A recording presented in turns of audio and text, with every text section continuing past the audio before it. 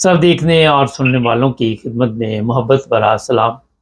नाज़रीन, लग ये रहा है कि ये जंग है ईरान के साथ, वो नज़दीक आ चुकी है। अमेरिका धमकियाँ दे रहा है, यूरोप के कई लीडर धमकियाँ दे रहे हैं और ऐसे हालात देखे जा रहे हैं जहाँ जहाँ अमेरिका के अड्डे हैं कतर वगैरह में, वहाँ पे ये लोग बता रहे हैं कि हालात ऐसे नज़र आ रहे हैं कि किसी वक्त भी ईरान के ऊपर हमला किया जाएगा। हमारे साथ इरफान अहमद खास साहब।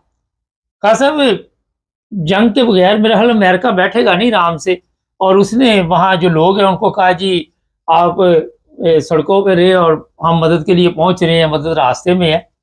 तो ये तो अमेरिका जिस तरह वहाँ पे खुलकर सामने आ गया और ईरान के भी सख्त जवाब है, तो कुछ ना कुछ तो होने वाला है। क्या कहते हैं आप? देखें, जो अमेरिका ने अब तक जो पॉलिसी अख्तियार की हुई है ग्रीनलैंड के बारे में या ईरान के बारे में, उसमें बजाय धमकी आमेज रवैया जो है वो ज्यादा है। अब तक जितने भी बयान दिए हैं इस जंग से मुतल्लिक या इन दोनों ममालिक से मुतल्लिक, अमली तौर पर वो इकदाम उसने नहीं उठाए। ईरान के बारे में भी यही नजर आ रहा था कि ये अब जंग जो है अंदर 24 घंटे के अंदर शुरू हो जाएगी, लेकिन वो भी सूरत हाल उस तरफ ऐसे हालात पैदा नहीं हुए। कल भी उसने धमकी दी थी ट्रंप साहब ने कि भाई ईरान के जो जो अमेरिकन हैं उसको रिक्वेस्ट की थी कि आप ईरान से निकल जाएं, टर्की निकल जाए, आर्मेनिया निकल जाए, फौरी तौर पे ईरान को खाली कर दें।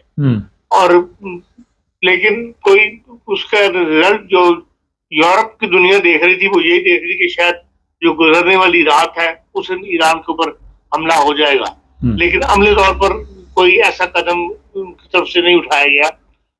और ईरान का जंग जो है वो आखिरी हरबा होना चाहिए या होगा, इसलिए कि जो अभी तक जो कोशिशें उनकी हैं उन्हें उसमें कोई ना कोई पजीराई मिल रही थी। लेकिन कल से कहा जा रहा है कि भाई जो मुजाहिर का जोर था वो टूट गया हुआ है। इससे पहले जो 27 सूबे हैं उनके 160 शहरों में या गांव देहातों के अंदर जो है वो मुजाहरे हो रहे थे, लेकिन कल जो है वो सिर्फ 7 शहरों में मुवस्सिन बता रहे हैं कि ईरान के 7 शहरों में, जिसमें तेहरान में एक बड़ा मुजाहरा हुआ है, बाकी जगहों पर कैसे मुजाहरे नहीं हो सके। और मुबस्सिरीन की राय यही है कि अंदरूनी तौर पर ईरान में दरार के जो रव्यूरों है, जो लोग इस वक्त हुक्मरान में है, हुकूमत के अंदर है, उनके अंदर दरार डालने में जो है अमेरिका कामयाब नहीं हो सका। और वहां पर तब्दीली के लिए लाजमी जरूरी है कि पहले इस जो मौजूद है उसके अंदर दरार डाली जाए, जिसके अंदर वो कहते हैं अभी तक उन्हें नाकामी का सामना है।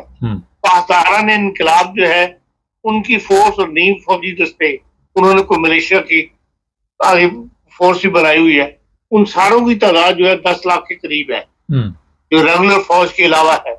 ये सारे जो हैं ये मजहबी हुकूमत के वफादार हैं और उनमें इस वक्त पूरी हुकूमत उन्हीं के कब्जे में है, और उसकी इस चीज की वजह से अमेरिका को नाकामी का सामना करना पड़ा है कि वो अभी तक वहां पर कामयाब नहीं हो सका।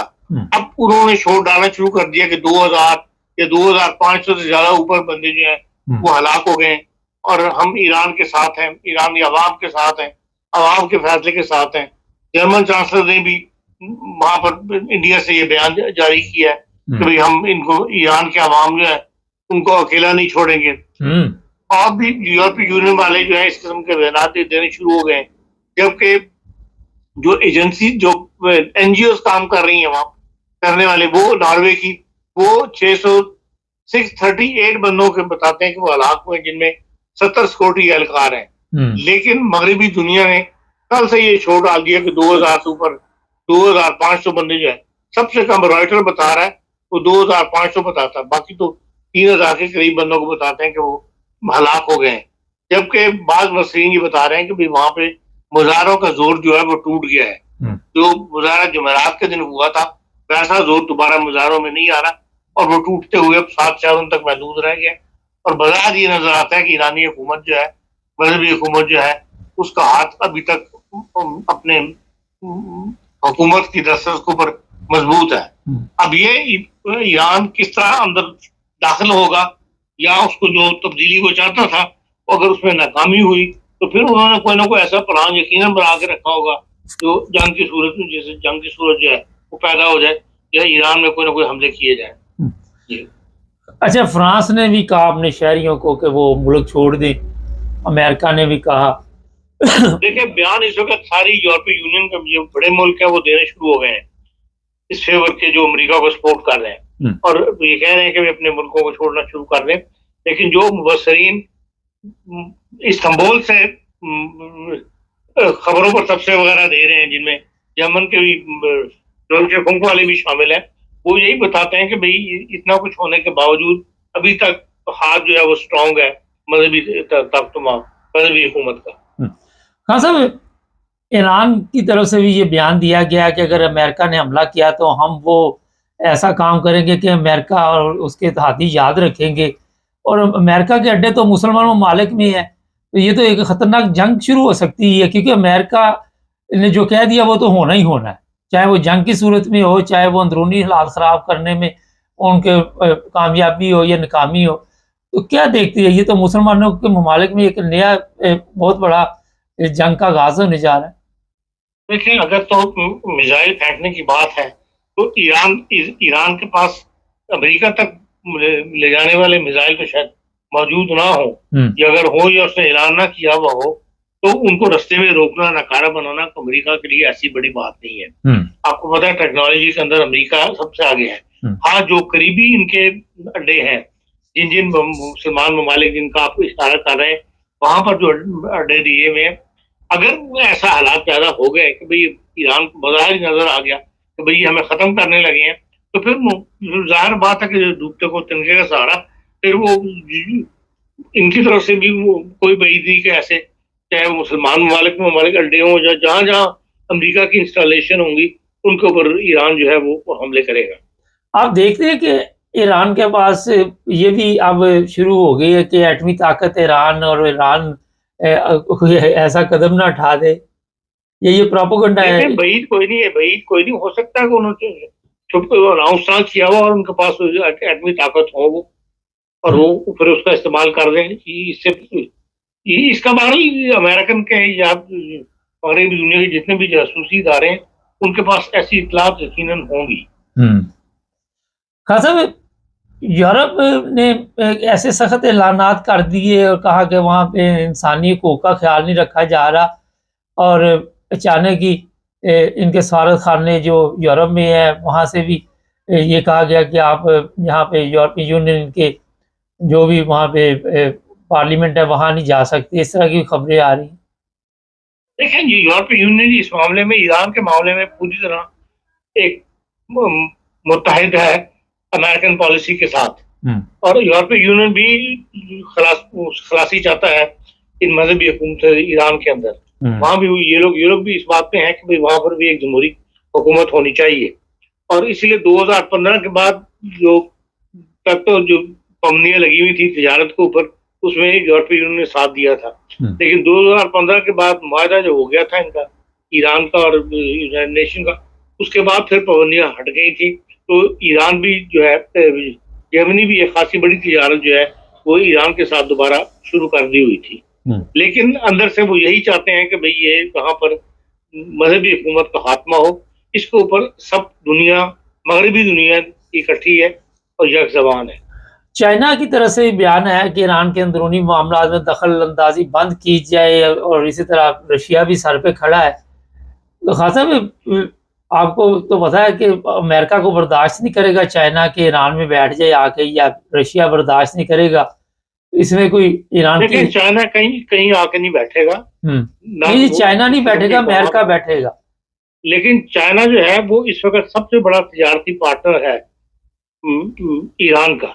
सबसे बड़ी तिजारत इस वक्त ईरान जो कर रहा है वो चीन के साथ कर रहा है या फिर इंडिया के साथ कर रहा है। तो इसलिए लाजिम बात है कि जिसको अगर वहां जो हालात खराब होते हैं, जंग छिड़ती है, तो वो ईरान के साथ जो तिजारत है, चीन जो कमा रहा है ईरान के साथ सप्लाई देके, वो बंद हो जाएगी या उसमें इफेक्ट होगा।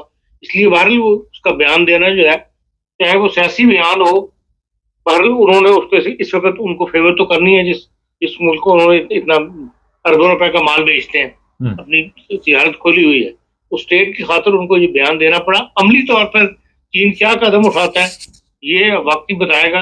बज़ाहिर तो चीन इस किस्म की अमली इक़दामात में मदद नहीं करता।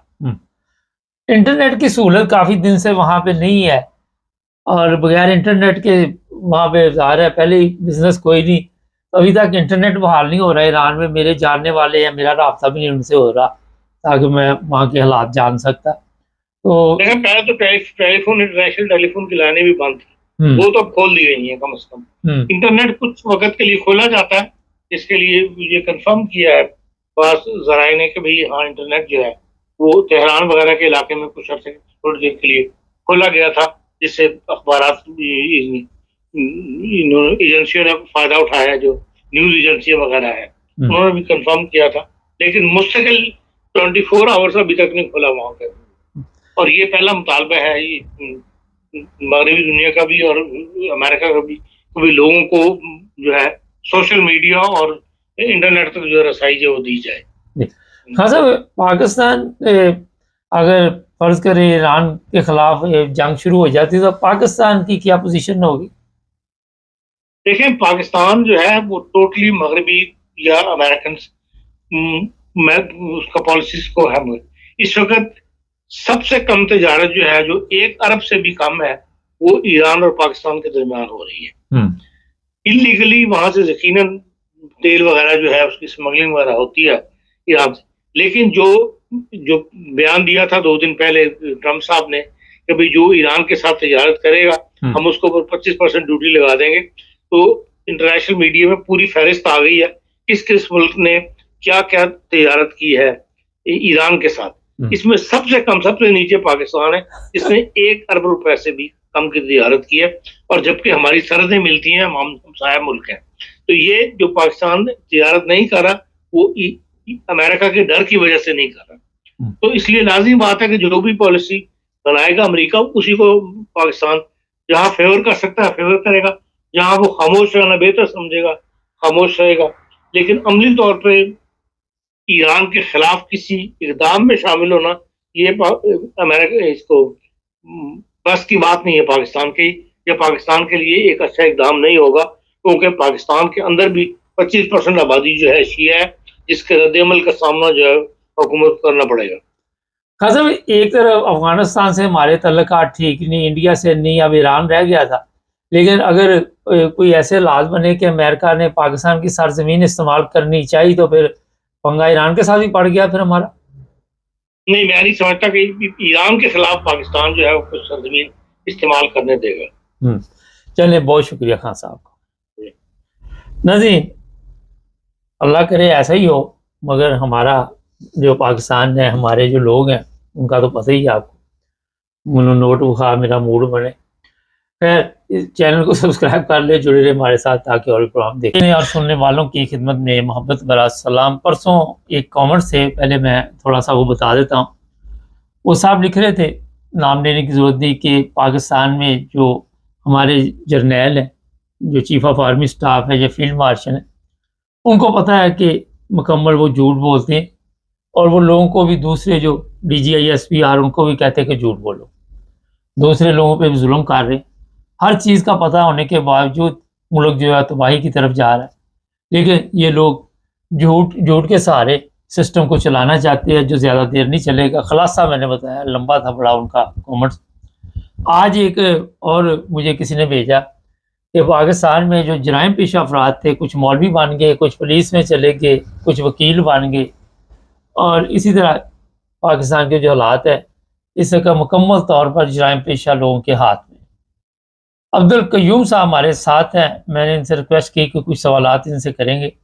सर, ये सारा कुछ, कोई भी बंदा गलत काम करता है, फर्ज करें मैं कुछ झूठ बोलता हूँ, मुझे पता है कि जो मैं झूठ बोल रहा हूँ, इन जर्नैलों को क्यों नहीं पता चल रहा कि वो झूठ बोल रहे हैं और मुकम्मल तौर पर लोगों को धोखा दे रहे हैं? इनको पता होता है मुबारक साहब, इनको ये पता है कि इस मुल्क के अंदर सिर्फ चीफ ऑफ आर्मी स्टाफ ही पूरे मुल्क को कंट्रोल कर रहा है। जो उधर से आवाज आएगी वो लोग नहीं भी मानेंगे, तब भी मानेंगे, क्योंकि नीचे जो आपके अदारे हैं जो पकड़ने वाले झूठ, वो सब इनके माताहत हैं।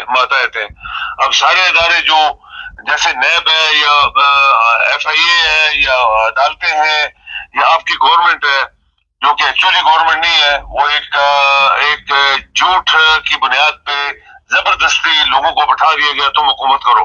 तो ये इनको पता है सब कुछ कि हम ये कर रहे हैं, लेकिन वो अपनी नौकरी लंबी करने के लिए या इस दबा के लोगों को हुकूमत करने के लिए, जैसे फासिस्ट करते हैं दुनिया में या करते रहे, तो वो उसके ऊपर चल रहे हैं।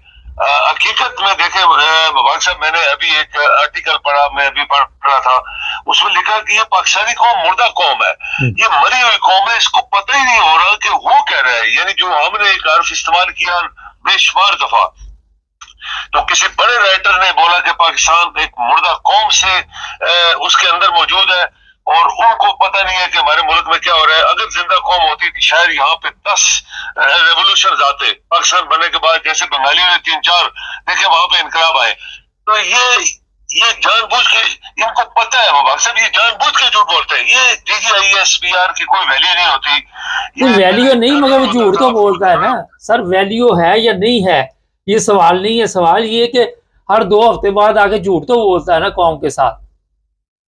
झूठ बोलता है, वो तो बुलवाया जाता है, उसको बताया जाता है तुम बोलो, तो वो बोल रहा है, वो नौकरी उसकी, वो भी मुसलमानी की तो बात नहीं है ना यहाँ पे, ना कोई इंसाफ की है, ना इस्लाम की है, ना मुसलमानी की है, यहाँ पे नौकरी की है। नौकरी और डंडा चलाओ, पाकिस्तान के ऊपर हुकूमत करो, ये इनका 3 हथियार है जो इस्तेमाल कर रहे हैं। अच्छा सर, ये बताइए कि ये तो जो हालात पाकिस्तान के हैं वो तो तब्दील होते नजर नहीं आ रहे। इर्द गिर्द के ममालिक में इनकलाब की आपको भी पता है, कई ममालिक में आ चुका है, ईरान में भी हालात ऐसे।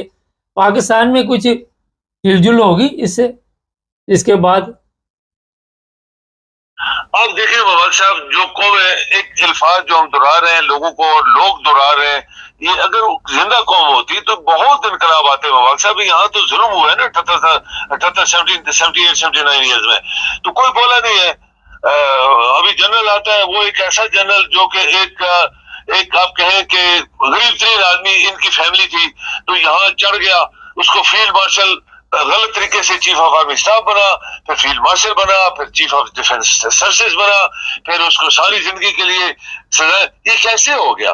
आप दुनिया में कोई मिसाल देख रहे हैं, किसी दुनिया में नहीं हुआ। आपको पता है, आपके लंदन में फील्ड मार्शल जब रिटायर हुआ सेकेंड वर्ल्ड वॉर के बाद, उसने वज़ीर-ए-आज़म को बोला कि मुझे कोई थोड़ी सी प्रॉपर्टी दे दो, कोई मकान शायद, तो मैं इतनी खिदमत की। उसने कहा no, you are getting pension, बस। अच्छा सर, मैं तुम्हारी मदद नहीं कर। ये मुबारक साहब, ये जिंदा कौमों की ये मिसाल है। आपकी कौम मुर्दा है, वरना ये पाकिस्तान जो दुनिया में इनकलाब आए, कितने इनकलाब आए, पाकिस्तानी कौम उधर जमी की मबी रही, उधर राजा शेर पीर शाह साहब, ये वो 1000 डिवीजन है पाकिस्तान के अंदर, 1000 फिरके इस्लाम के बनाए हुए। तो इस वजह से आपकी कौम हिल नहीं रही, वरना ये जो लोग हमारे ऊपर बैठ गए, इनको हटाना मिनटों का काम है अगर कौम जिंदा हो तो। सर थोड़ा इंटरनेशनल हालात पे नजर डालते हैं, ईरान के साथ जंग होगी अब अमेरिका की? नहीं होगी। आप देखें कि मुबारक साहब, ये याद रखें, हमने एक बात की थी 2-4 पहले प्रोग्रामों में कि ईरान एक उसकी पार्टनरशिप है रशिया और चाइना के साथ और शुमाली कोरिया के साथ या और कुछ लोग, तो वो कभी नहीं चाहेंगे कि हमारा एक साथी जो हमारे साथ हमेशा चल रहा है, और रशिया की इसने बड़ी मदद की है जंग में यूक्रेन में, और चाइना जो है वहां से सारा तेल ले रहा है, तो ये कैसे हो सकता है कि अमेरिका इतनी दूर बैठा धमकियां मार के हर किसी को। अभी देखिए जर्मनी, आपके जर्मनी जो है यूरोप का, उसने इतनी सख्त तनकीद की इस ट्रंप के ऊपर। अभी ग्रीनलैंड के ऊपर डेनमार्क और ग्रीनलैंड के जो हुकूमत है वहां, उन्होंने सख्त उसके बोला तू आके देख, हर किसी को धमकियां मारते हैं, मुल्क कब्जा कर लूंगा फला। क्यूबा ने जो इनको जवाब दिया है ट्रंप को, वो भी आप जरा पढ़े। उन्हें बोला तुम्हारी जरूरत नहीं होनी चाहिए कि एक आजाद मुल्क तुम अपना बनाना चाहते हो अपने कब्जे में, नो, तुम आओ हमारे साथ जंग करो जरा। तो ये सारी चीजें जो है, ये ईरान चूंकि मिडिल ईस्ट में जो इनके छोटे छोटे पप्पूज हैं, उनके लिए खतरा नहीं है, लेकिन वो कहते हैं खतरा है, तो इसराइल के लिए खतरा है, क्योंकि इसराइल को मार पड़ी है सिर्फ ईरान से, तो ये इसको खत्म करने के लिए कुछ भी नहीं कर पाएंगे। इतना बड़ा मुल्क है वो, उसकी कोई इलाका कब्जा नहीं कर सकते। अगर बमबारी करेंगे तो आपके चीन और रशिया, आपने मीडिया में पढ़ा होगा कि रशियन और चाइना ने वहां पे चोरी छुपे अपनी फौज, एयरफोर्स भेजी है, जो मीडिया में आ गई है, मीडिया में खबर आई है। तो ये कभी नहीं बर्दाश्त करेंगे कि चाइना ने ये बोला कि हम तुम्हारे कंडेम्ड करेंगे, इसके बाद जो हम एक्शन लेंगे वो तुम्हें भी समझ आएगी कि तुम हर किसी को कैसे पकड़ पकड़ के खींचते हैं अपनी झोली में। तो ये जंग नहीं होगी, ये धमकियां ममकियां मार के, इधर उधर धमकियां शमकियां मार के ठंडे हो जाएंगे बस। सर ये धमकियां मार के ठंडे हो जाएंगे, लेकिन ट्रम्प तो कहता है कि मैं जो कहता हूँ वो करके दिखाता हूँ, और वो अभी तक तो जो कह रहा है दुनिया उससे तो तंग आई हुई है। आप देखें मुबारक साहब के ये कहता है जी ईरान में जल से जुलूस हो रहे हैं, वहां पे लोगों को मारा गया, तो पैलेस्टाइन किधर गया? वो जो पैलेस्टाइन में लाखों दुनिया मारी गई वो कौन थे? वो इंसान नहीं थे। ये ईरान में इसके रिश्तेदार किधर आ गए? तो मुबारक साहब ये देखे ना, इनका स्टैंडर्ड देखे जरा, यहाँ पे सिर्फ जुलूस निकलने से ट्रम्प उछल रहा है, वहां पे लाखों दुनिया का कत्ल गारत हुई, बोला नहीं है। तो ये बोले ना आपके मुसले, ये मुसले जो है झूठे जैली मुनाफक जो है और जैली नाम फेक मुसलमान, बोले ना अभी नहीं बोलेंगे क्योंकि ये उसके पिट्ठू है। तो ये सब फ्रॉड है, ये नहीं होने देंगे। अभी चाइना और रशिया का फिर उन्होंने धमकी मारी और कह दिया हम नहीं होने देंगे इस तरह, ये ईरान के ऊपर तो हमला नहीं कर सकता। तो ये अंदर अंदर तो क्या कहते हैं, अंदर अंदर तो इसको पता है कि ये बड़े ममालिक दो जो है ये मेरे खिलाफ है, और लोग भी खिलाफ है, यूरोप में भी लोग खिलाफ है सारे। तो ये कैसे वहां पे बमबारी करेगा? इसराइल वैसे ही उसको पता है कि कल ईरान ने, उसके सदर ने बयान दिया कि हमारे पास जो ऐसे मिसाइल जो कभी हमने इस्तेमाल नहीं किए वो सीधे इसराइल पे जाएंगे, सारे अभी सारे खत्म कर देंगे। तो ये सब अभी डराने के लिए शायद ईरानी गवर्नमेंट डर जाएगी तो इस तरह भाग भूग जाएगी, लेकिन वो भागने वाले नहीं है, क्योंकि ईरान के अंदर सारी फौज उनकी अपनी है, सारे लोग उनके साथ मिले हुए हैं। ये थोड़े से लोग जो है वो बाहर डुबके मार रहे हैं, तो ये नेचुरली इनको सपोर्ट है, लेकिन वो मुल्क के सारे लोगों के ऊपर हावी नहीं हो पाएंगे। बहुत शुक्रिया सर। जी मेहरबान। नहीं अल्लाह करे ना ही हो, मगर असरात यही है कि दुनिया का अमन सुकून इस वक्त तबाह हुआ कारोबार है वो दिन ब दिन आप देखते हैं लोगों के जो है वो डाउन होते जा रहे हैं या ख़त्म होते जा रहे हैं। अभी थोड़ी देर पहले ये भी इतला मिली, जर्मनी वहाँ मर्सिडीज़ है गाड़ी, उसके भी शेयर वगैरह गिरे हैं, पोर्शे है उसके भी हालात ख़राब है। पिछले दिनों हम कहीं जा रहे थे तो मुझे याद आ गया, हर बंदा अपने मुताबिक सोचता है। 3 दोस्त बैठे हुए थे तो किसी जगह अफसोस करने जा रहे थे जर्मनी में, तो एक दोस्त जो ड्राइव कर रहा था वो कहने लगा कि पोर्शे जो है उनकी जो कंपनी है उसको बड़ा नुकसान पहुंचा। तो साथ बैठा हुआ था वो कहने लगा यार अंडे भी 4 यूरो के हो गए हैं, वो देसी अंडे 4 यूरो। मैंने कहा उसको अंडों की पड़ी हुई है, वो पोर्शे की बात कर रहा। तो हर बंदा अपनी सोच के मुताबिक जो भी उसके ख्यालात होते हैं वो जिस चीज़ की उसको प्रॉब्लम चल रही होती है वो उसी में घूम रहा होता है। मगर मैं ये बता दूं कि अगर अमेरिका ने हमला किया और करेगा अमेरिका हमला, हर बंदे की अपनी राय होती है, किसी की राय पे हम ये नहीं कहते, लेकिन अमेरिका हमला करेगा और एक ख़तरनाक जंग का सामना इस एरिया में, मिडिल ईस्ट में, ये ईरान का एरिया, ये वो सब में आपको कुछ ही दिनों में, ज़्यादा देर नहीं, कुछ अरसे में ही आपको नज़र आ जाएगा। चैनल को हमारा सब्सक्राइब करें, जुड़े रहें। सब देखने और सुनने वालों की खिदमत में मोहब्बत भरा सलाम। अच्छा, एक तस्वीर आप ऊपर देखेंगे बोर्ड के ऊपर थंबनेल पे, एक मौलाना साहब है और इस तरह के कई फ्रॉडी मौलवी जो हैं वो पाकिस्तान में क्या कार्रवाई डाल रहे हैं। और इनको, इस मौलवी को बारा पुलिस ने पकड़ा, वीडियो हमारे पास है, और ये जनाब मस्जिद के लिए चंदा मांगता था और बताता ये था कि मैं नबीना हूँ, मुझे नज़र नहीं आता। और फिर जब पुलिस वालों ने इसका खुद ही टेस्ट किया, इसको वहाँ नहीं लेके गए जो आंखों का डॉक्टर है, तो ये जनाब बिल्कुल इसकी नज़र ठीक हो गई। चंदा किसके लिए मांग रहा है? मस्जिद के लिए। और बता ये रहा, झूठ भी ये बोल रहा है कि मेरी आंखें जो है वो बिनाई नहीं है मेरी। ये मैं इसलिए आपको बता रहा हूँ कि हमारे, क्योंकि मुल्क में, पाकिस्तान में, और ये नहीं कि सिर्फ पाकिस्तान में, इंडियन भी इसमें मुकम्मल शामिल है। मैं आज कुछ चीज़ें हम प्रोग्रामों में बताते रहते हैं ताकि आप लोग उनसे बच जाएं। आज का जो इंटरनेट की दुनिया, इस पर भी बात करेंगे। मैं खुद लोगों के साथ राब्ते में रहता हूँ और मैं बताता नहीं हूँ कि मैं मीडिया का बंदा हूँ। और ये लड़कियाँ भी कई ऐसी आजकल इंडियन है, वो आपको बेवकूफ़ बनाएंगी, आपके ऐसा टीका लगाएंगी कि आप याद रखेंगे। अच्छा, ये सिर्फ अकेला मौलवी नहीं है, मुख्तलिफ मोहल्लों में लोग जो हैं वो मांगने के लिए जाते हैं। उनको मुख्तलिफ जो उनके पीछे बैठे होते हैं लोग, वो कहते हैं जाओ जी फलान जगह पे जाओ, और चंदा जो है वो मस्जिद के नाम पे लो, यतीमों के नाम पे लो। वो चंदा यतीमों तक भी नहीं पहुँचता, मस्जिद तक भी नहीं पहुँचता। जितनी मस्जिद पाकिस्तान में बनी हुई है मसाजिद, वहाँ आपको नजर ही आ रहा है जो हालात हैं। खैर, इस गहराई में जाने की जरूरत नहीं। अब ये जो मौलवी है, इनको इतनी शर्म नहीं, इतनी इनको हया नहीं कि आप एक नेक काम के लिए निकलें, मगर हर चीज़ पे हमने पैसे को अहमियत देनी शुरू कर दी। हर चीज़ पे हमने अपने मज़हब सब कुछ छोड़ के, हमारे ज़हन में है कि किसी तरह भी, आपने अक्सर देखा मांगने वाले भी, किसी ने टांग बांधी हुई है, किसी ने बाजू बांधा हुआ है, किसी ने सर बांधा हुआ है, किसी ने ट्राली के साथ खुद को बांधा हुआ है, कोई रेडी चला रहा है, कोई अजीबो गरीब। जब पुलिस वाले उनको पकड़ते हैं और जब उनको कहते हैं दौड़ो, वो टांग ठीक हो जाती है, दौड़ लगा देते हैं, बाजू खोल देते हैं, किसी ने पट्टी की हुई है। अच्छा, ये क्राइम भी करते हैं, ये जराइम पेशा अफराद भी होते हैं, ये बच्चे भी उठा लेते हैं, ये जो इनके हाथ आ जाए, क्योंकि इनके नज़दीक होता है कि हमें पैसे मिलने चाहिए, चाहे किसी माँ का बच्चा चले जाए, किसी की बच्ची चली जाए, उससे इनको कोई दिलचस्पी नहीं होती। इंडिया, पाकिस्तान, बांग्लादेश, इसमें मेरा ख्याल है काफ़ी इन्होंने तरक्की की है।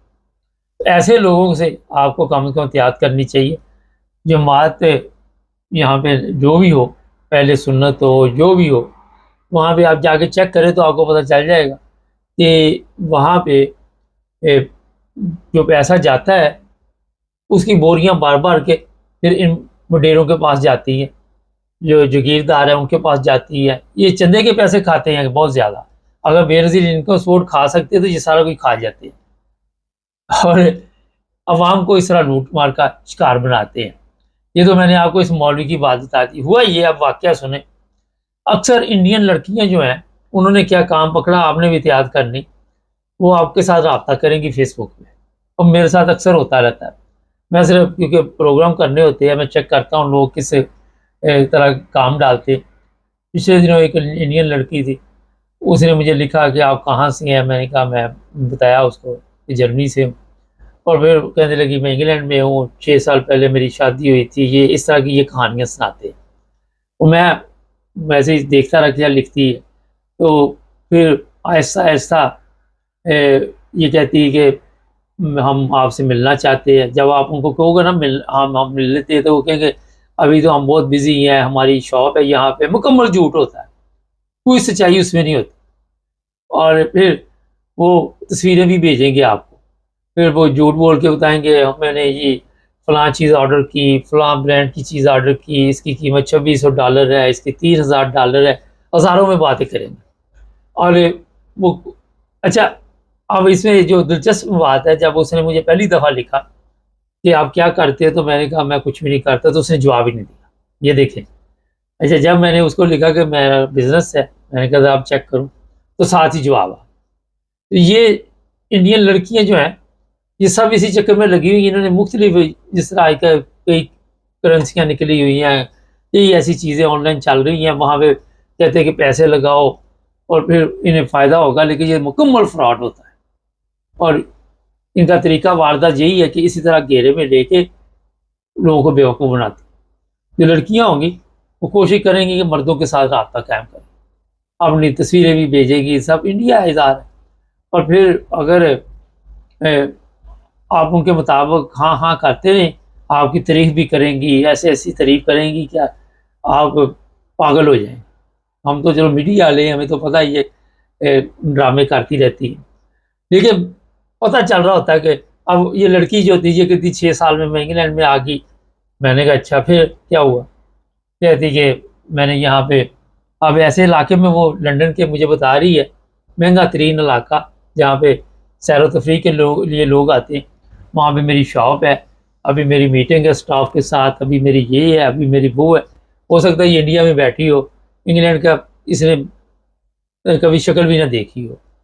और शाम को मैं फ़ोन बंद कर देती हूँ, 6 बजे के बाद मैं फ़ोन बंद कर देती हूँ, क्योंकि मियाँ हज़ार आ जाता होगा, फिर जो ज़िंदगी है उसका दूसरा रोल शुरू हो जाता है, फिर दूसरा ड्रामा शुरू हो जाता है। तो इस तरह ये फिर एंड पे मुझे उसने लिखा कि मैंने पता नहीं किसी जगह पैसे लगा के अपनी दोस्त की हेल्प की थी, आज जब वो पार्टी कर रही है, $5,000 उसे प्रॉफिट हुआ है, तो मैं वहाँ जा रही हूँ, शाम को बात करते हैं। मैं समझ गया, मैंने खैर उसी वक्त जब उसने 5,000 की लंबी छोड़ी, मैंने उसे ब्लॉक कर दिया।